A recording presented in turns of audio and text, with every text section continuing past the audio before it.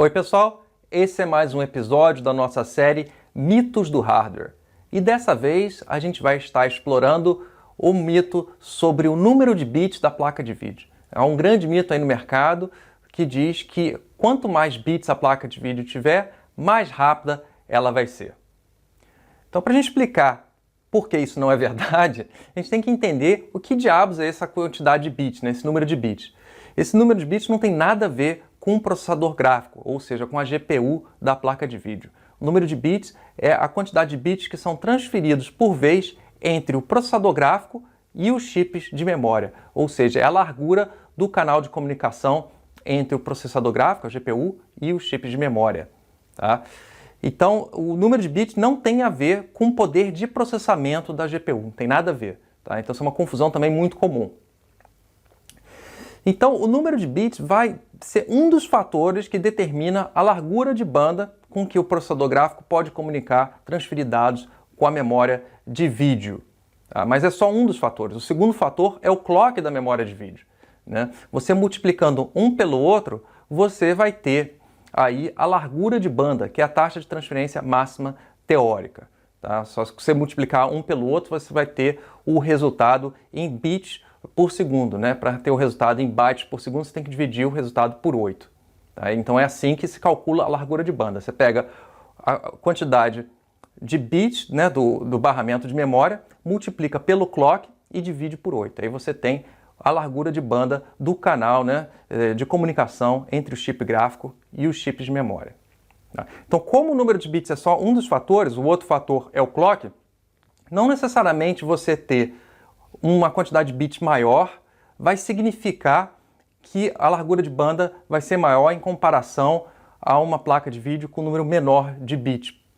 Por exemplo, se você tiver um canal de comunicação de 256 bits, mas com um clock de 1 GHz, essa configuração vai ser mais lenta do que uma configuração onde são transferidos 128 bits, mas com um clock de 4 GHz, por exemplo. Então, para você ver que a quantidade de bits sozinha não significa absolutamente nada. Tá?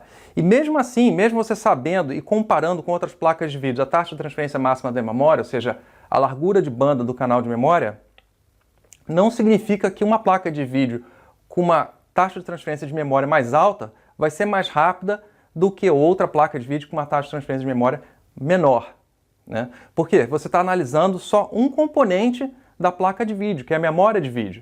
Né? Você não está analisando, através desse número, o poder de processamento do chip gráfico, da GPU. Né?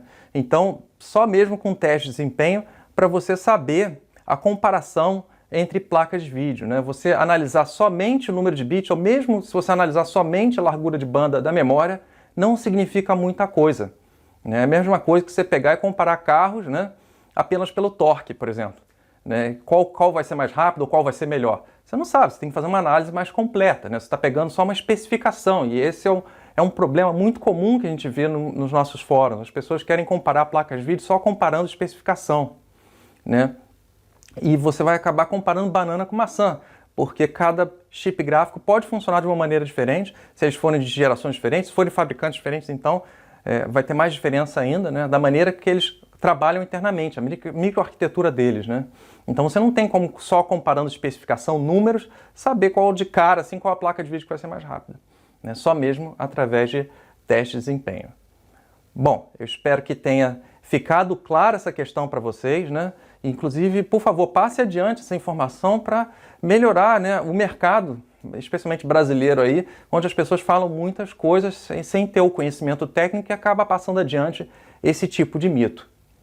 Se você gostou do vídeo de hoje, não deixe de deixar aí o seu joinha, não deixe de compartilhar com seus amigos e também não deixe de se inscrever no canal do Clube do Hardware no YouTube.